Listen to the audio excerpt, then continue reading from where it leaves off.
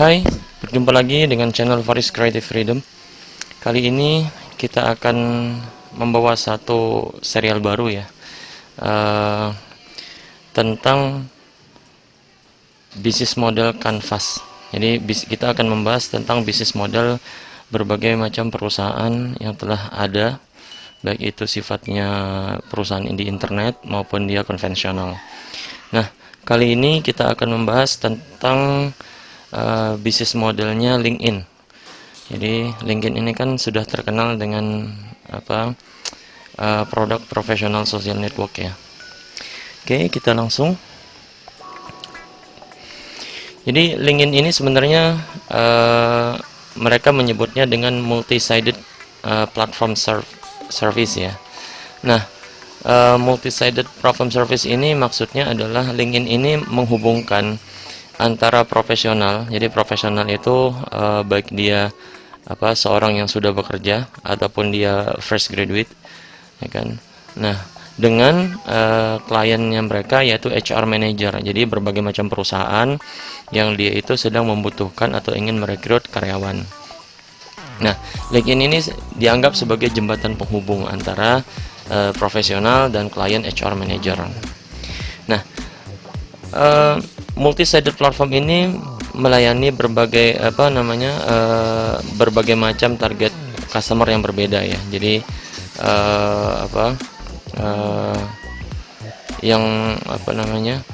saling terhubung. Jadi bisa jadi misalnya salah satu klien HR manager ini membutuhkan seorang tenaga marketing. Nah, LinkedIn ini akan mencari seluruh profesional yang dia memang ahli ataupun jago di bidang marketing, seperti itu.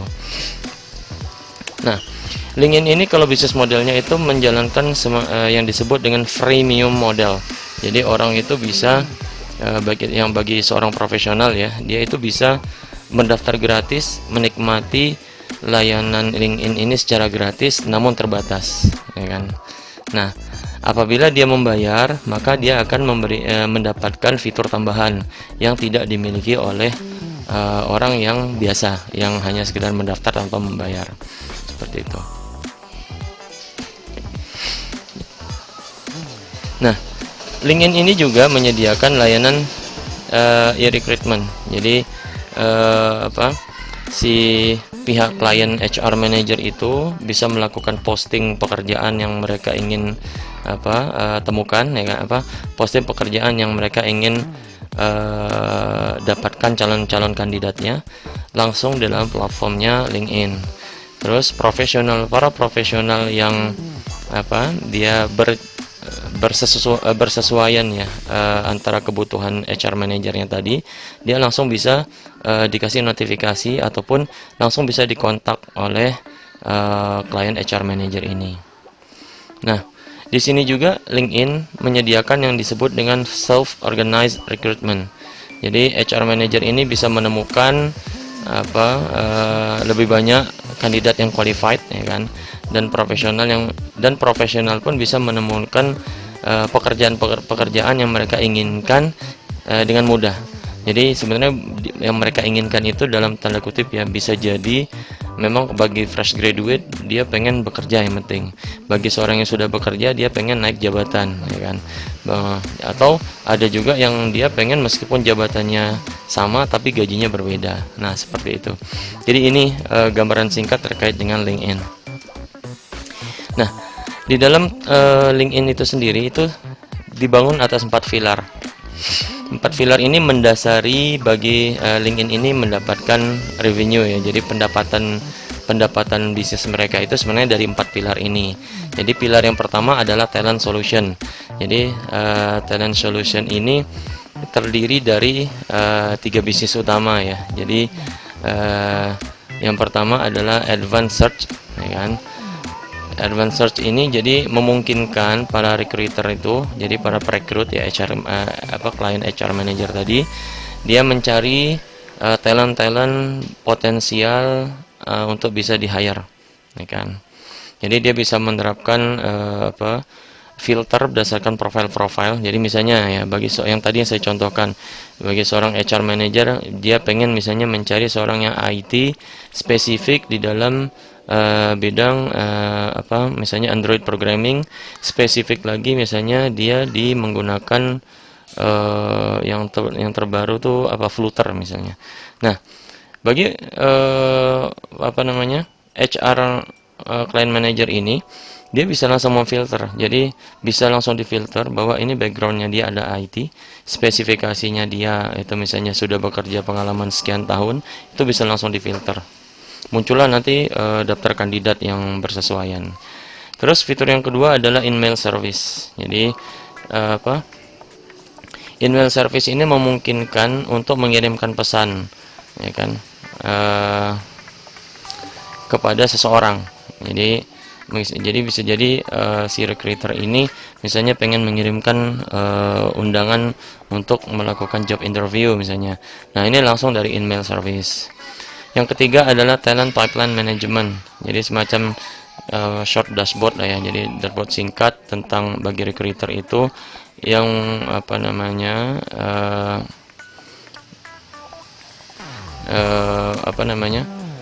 untuk dia bisa memonitor talent itu agar, jadi misalnya dari tahap pertama misalnya ada 1000 talent yang masuk dalam kategori, terus nanti di tahap selanjutnya berkurang tinggal 500 seperti itu. Nah, ini ada dashboardnya, ya kan, seperti itu.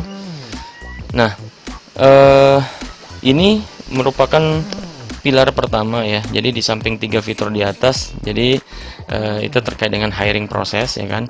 Jadi sebenarnya di talent solution ini juga ada juga, ya kan, fitur-fitur lain dan produk-produk lain seperti referral, ya kan, job slot, ya kan, job posting, itu dia bisa memposting lowongan kerja dan yang lainnya, ya kan.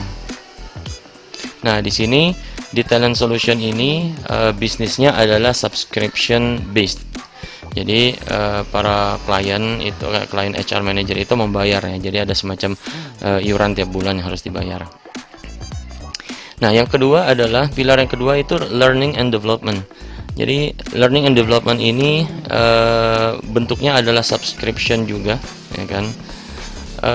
Jadi ini diperuntukkan bagi para profesional ataupun dia fresh graduate, sehingga dia dapat akses ke ribuan kursus profesional ya. Nah, jadi ini tujuannya adalah bagaimana meningkatkan capability dari profesional itu sendiri. Jadi misalnya seorang yang bekerja misalnya sudah cukup pengalaman, ya kan, dia selama ini di job posisinya itu adalah supervisor misalnya, dia akan naik ke assistant manager atau manager. Nah, di situ para profesional ini bisa ikut dalam kursus-kursus singkat terkait dengan bidangnya. Jadi professional course ya. Jadi dia bisa mengembangkan dirinya dari kursus-kursus tersebut. Nah, ini sama bisnisnya itu subscription based. Yang ketiga pilarnya adalah marketing solution. Jadi marketing solution ini bagian dari proses rekrut juga sebenarnya. Nah, di sini ada 6 produk ya. Jadi yang pertama sponsored update. Jadi dia ini beriklan berdasarkan sponsor ya, sponsorship, ya kan. Terus LinkedIn Ads, ini kerjasama ke pengiklan. Terus sponsor di emails yang tadi. Display ads, ini sama iklan. Ads API, itu sama. Terus Elevate, ini masuk dalam kategori premium subscription members. Jadi member-member yang punya berlangganan premium ya.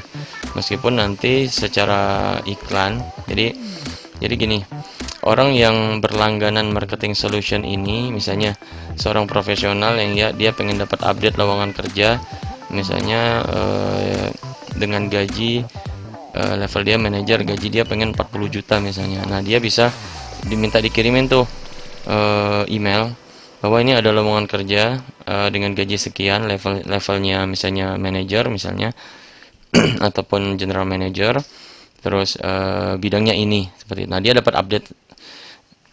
Nah, di dalam email tersebut bisa juga disisipin dengan iklan. Jadi makanya ada link ads, display ads, seperti itu. Selanjutnya yang terakhir ya. Jadi pilar yang keempat itu premium subscription. Ini sebenarnya melanjutkan dari yang marketing solution tadi. Jadi diferensiasi di antara subscription based model dan advertising model itu tidak sesimpel yang terlihat ya. Dalam faktanya bahwa premium subscription itu kamu tuh bisa punya akses ke advertising features ya kan, like email, message, seperti itu. Jadi orang yang berlangganan premium subscription itu dia punya advertising features juga. Jadi terutama untuk email tadi yang saya sempat jelaskan. Nah, pada umumnya sebenarnya kan bisnisnya ini merupakan subscription based. Jadi akan tapi ini lebih terdiversifikasi ya kan, seperti itu. Jadi ini ya ada 4 pilar bagi kamu yang punya minat ya untuk mengembangkan sendiri seperti LinkedIn ini. Setidaknya kita udah punya dasar nih. Oh ternyata ini loh bisnis yang dilakukan oleh LinkedIn. Nah, sebenarnya LinkedIn ini pada awal-awalnya dulu belum sampai seperti ini ya. Jadi setelah mereka diakuisisi oleh Microsoft, jadi kan LinkedIn ini sudah diakuisisi oleh Microsoft. Jadi ya sebenarnya Microsoft Group juga, sama seperti Facebook. Facebook kan punyanya Microsoft juga sebagian sahamnya. Nah ini sama. Jadi dia mulai berkembang sangat jauh. Ditambah lagi memang Microsoft itu kan sudah punya background data center yang cukup kuat di balik Microsoft Azure. Jadi sekarang kekuatan dari Microsoft ditambah dengan kekuatan data yang dimiliki oleh LinkedIn menjadi suatu hal yang luar biasa sekarang. Nah, masuk ke selanjutnya ini yang merupakan inti ya. Jadi setiap orang membahas terkait dengan bisnis itu pasti akan membahas BMC, namanya Business Model Canvas. Nah, BMC ini umum digunakan oleh para manajemen perusahaan untuk kalau dia mau bangun suatu bisnis baru atau produk baru, ini bisnisnya mau jalan seperti apa sih, seperti itu. Nah, jadi Business Model Canvas ini sebenarnya tidak sembarangan kita mengisinya, tapi bahkan cara membacanya pun tidak sembarangan juga. Jadi sebagai contoh yang sekarang yang kita bahas, LinkedIn Professional Social Network. Nah, cara membacanya itu dimulai dari customer segment. Ini yang paling merah, yang paling kanan ya, yang warna merah. Kita mulai bacanya dari customer segment. Jadi LinkedIn ini diperuntukkan bagi para profesional recruiters, itu orang yang mau mencari meng-hire orang, advertisers dan marketers.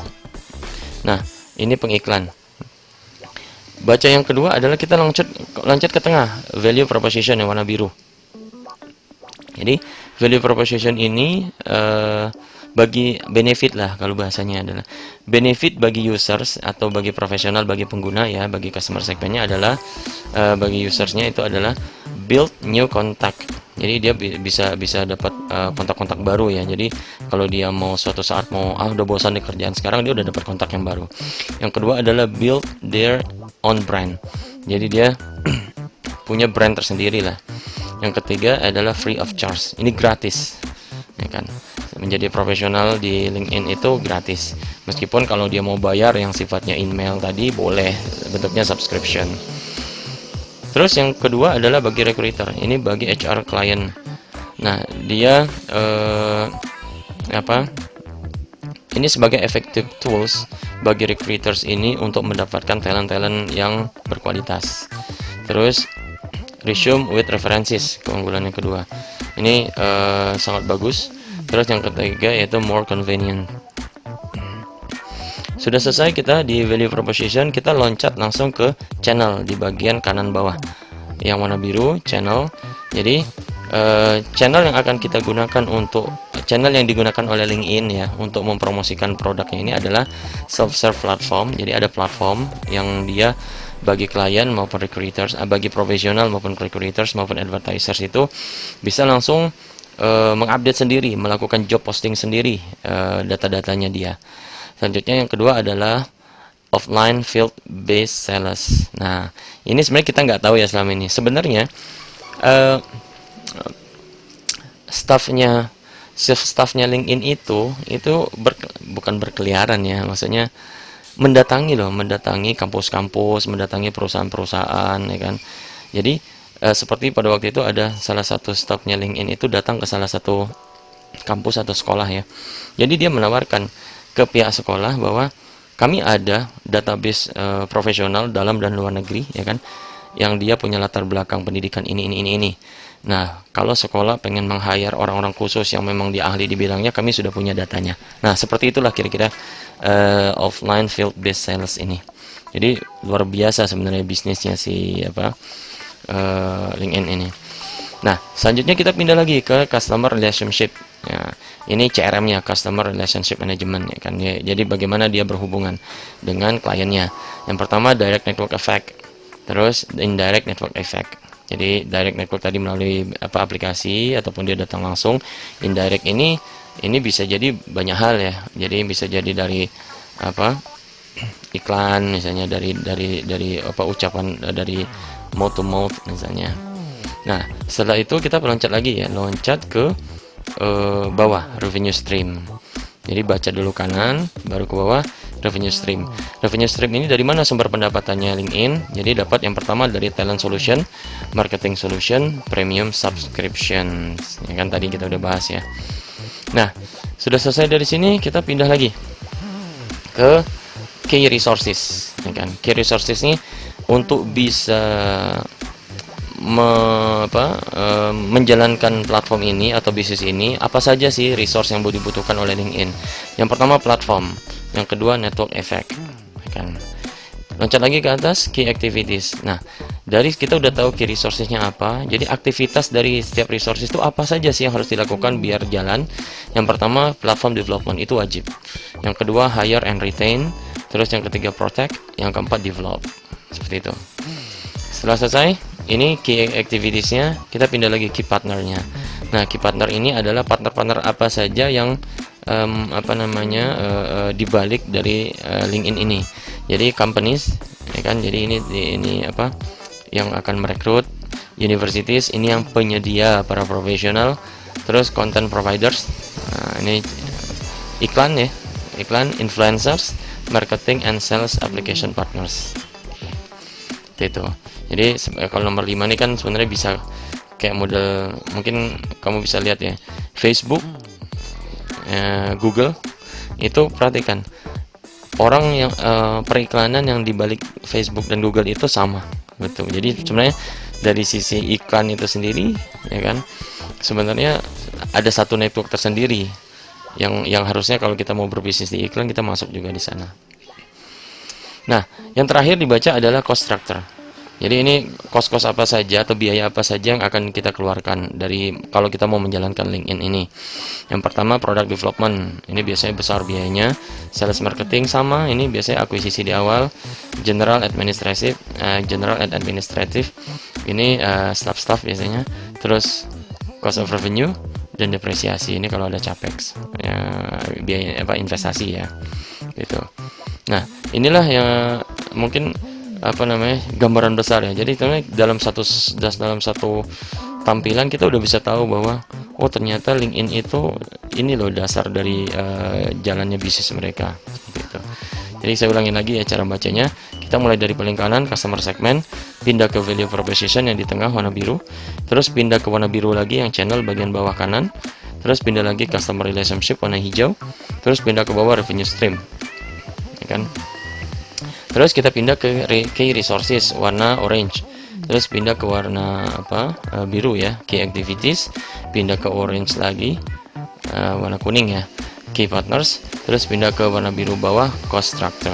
Seperti itu. Nah, ini cara membaca dari business model canvas.